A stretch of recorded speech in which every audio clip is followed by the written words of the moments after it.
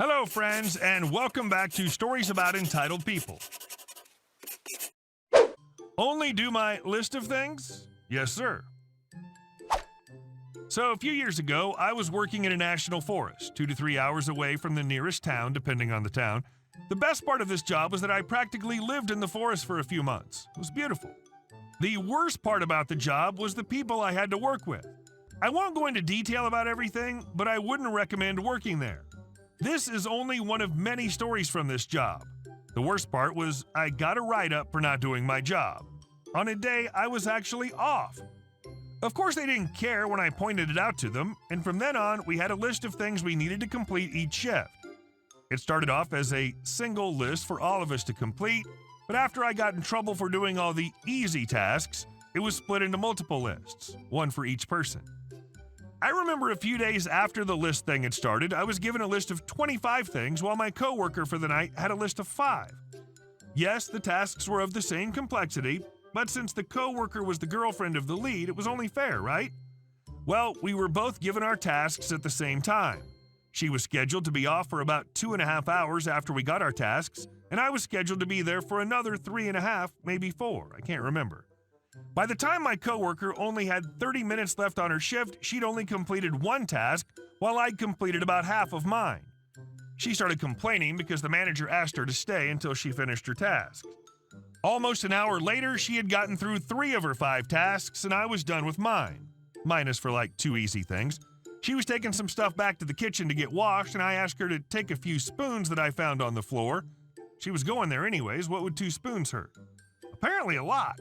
She started screaming at me. I was so done. I'm afraid to say that I screamed back. I worked in the employee dining room, and it was after hours, so there wasn't any witnesses other than the manager who came to intervene 5 minutes later. Here's where the malicious compliance comes into play. After the manager calmed us down, mostly her, as she was complaining that it's way past her shift, yada yada yada, he asked me if I wouldn't mind finishing her tasks so she could leave. I explained that I could not, as I was told to do only my list of things and nothing else. Also, I was done with my list. Could I please go to my room now? I had a little bit of my shift left, but all my tasks were completed, and I was told to only do my tasks.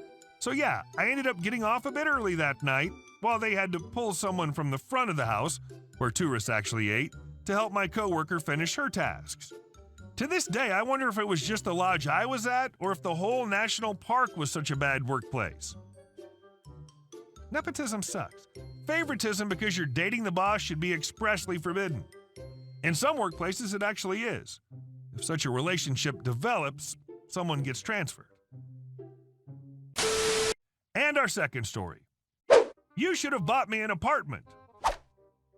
Backstory. My mom has 3 siblings, one of which is an entitled sister. Let's call her Karen.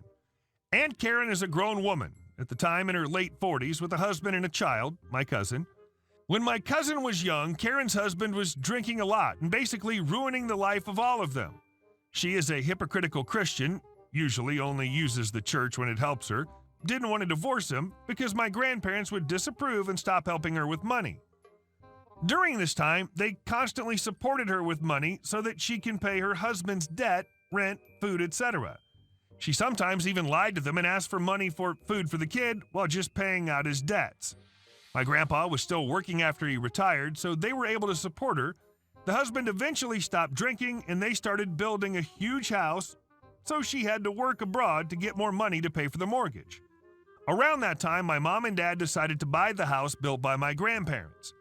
They basically offered every child, mom plus 3 siblings, to buy it. Karen, as the oldest daughter, was offered it first, but she rejected the offer, and my mom and dad were the only ones that took the offer. My grandparents split the money into 4 equal amounts, giving each kid, besides my mom, the same amount and keeping one part themselves. My mom's part was included in the lowered price of the house. All their kids were grown-ups with families, so they figured it's better to give them the money now and not after they die. Each kid received the amount that would cover about 70% of the price of a 2-bedroom apartment in the same city, so a fairly decent amount at the time, and if they took a mortgage, it'd be already paid for. One sibling of my mom did exactly this and bought a flat. One already had a flat, so they bought their family some cars and kept the rest. Karen invested the money in their new house, but since it was huge, It drained a lot of money, and they were basically just taking more and more mortgages to pay out the ones before, which also required them to build more and more to get the money released. Basically just paying debt with loaned money all over, paying huge amounts on interest. Since they were getting older and the banks didn't want to give them money anymore, they had a hard time, and she had to work long, hard hours to pay for it. During all this time, my grandpa, as a construction worker before he retired, was giving them a lot of free, expensive equipment to help with the building and still some money to pay for the mortgage, etc. Now to the actual story. Couple months after my grandpa died, we met at their house for a birthday party of my cousin. My dad couldn't come at the time, so it was just me and my mom and all the families of siblings plus grandma. After grandma went home, she never stayed long at any party, and a couple of glasses of wine, my Aunt Karen started speaking to my mom. It started lightly with her complaining about the money they have to pay for the mortgages, to which my mom reacted by shrugging her shoulders because she knew it's their own fault. They started to build this huge house with just one kid that'll probably not even want to live there in the future anyway. And then, like a blizzard, the entitled Karen started blaming us for her situation, telling my mom that it's her fault because my mom didn't buy her an apartment after we bought the house. My mom got very confused. She didn't expect the sudden change of mood and the hostility created by my Aunt Karen. She told us that if we bought her an apartment, she wouldn't have to work so much, and it's only our fault they have debts, and if we bought them an apartment, they'd be better off. My mom got angry and told her it's just her fault that she can't manage her own budget, even though she has a degree in economics.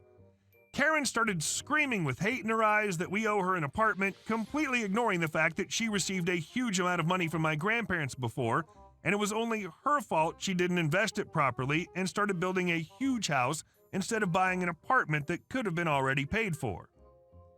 It was not my mom's concern how she uses the money, and she became very sad since out of all her siblings, Aunt Karen was her favorite before. She was sad that her sister felt so hurt for all those years, saying nothing and pretending all the love while keeping so much hate in her. She also said that even the late grandpa said she should have received an apartment, which was not true, and my grandma confirmed it's false because she received money from them, because of their own decision and not because anybody was obliged to give her any money, since they were still alive and the money she received was instead of inheritance money. After this, we left and went home. My dad was furious when we were telling him the story, and knew she only said anything because he wasn't present. He forbid her to enter our house, and we never visited them since then. And our next story. Working as a student for a startup was my big goal, so I applied into as many positions as I could find. One accepted me into a HR position where I would work 15 hours a week for a decent sum of money. The startup had about 30 employees, half of them student workers. The HR department in the company was more a two-man show. My senior manager, also responsible for marketing, and a recent graduate from college. I came in to monitor social media-related job applications. Already in the second week, it started to become apparent that the company was in financial trouble at that time. Senior management reacted by deciding to lay off 10 to 15 permanent employees and filling those positions with more student staff. When it came to telling all employees that they would get laid off, my senior manager decided to be sick for 2 weeks straight, and the college graduate and me had to do the talks. It was heartbreaking since many of the full-time employees were sacrificing pay for as long as they had been with the company to see it grow.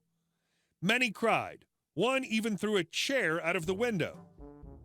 After the firing was done, the senior manager came back and actually fired me and college graduate as well because of the bad reputation we got firing everyone.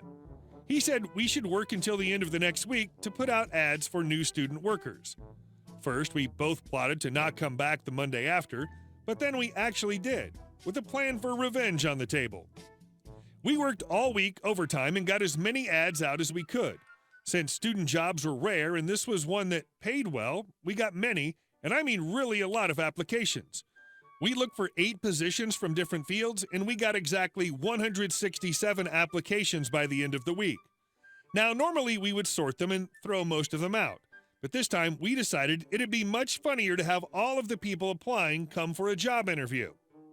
We scheduled it so each interviewee would come 30 minutes apart and filled almost 2 weeks full of constant interviews by the Friday we had to leave without letting our manager know. We then deleted all our conversations about invitations in our emails, leaving no trace of the chaos about to rain onto the company. I was not in the company the next week, but my remaining contacts said it was pure chaos. The company desperately needed to fill 8 positions, so our senior manager actually went into all of the interviews on Monday and Tuesday, then realized most applicants were crap. He apparently liked one, but that one was PO'd because our manager was in such a bad mood that he said he will not take the job. On Wednesday, we actually scheduled 20 people to come 45 minutes before office hours, and by the time the senior manager arrived in the office, they were all already PO'd, and when he ordered them to all go home, they actually started a small riot. The company couldn't operate that day. Thursday, there was an interview with our owner and a local TV station. The interview was set in a public area, and we were told to go there with the note, "Please be aware that we will tape the interview."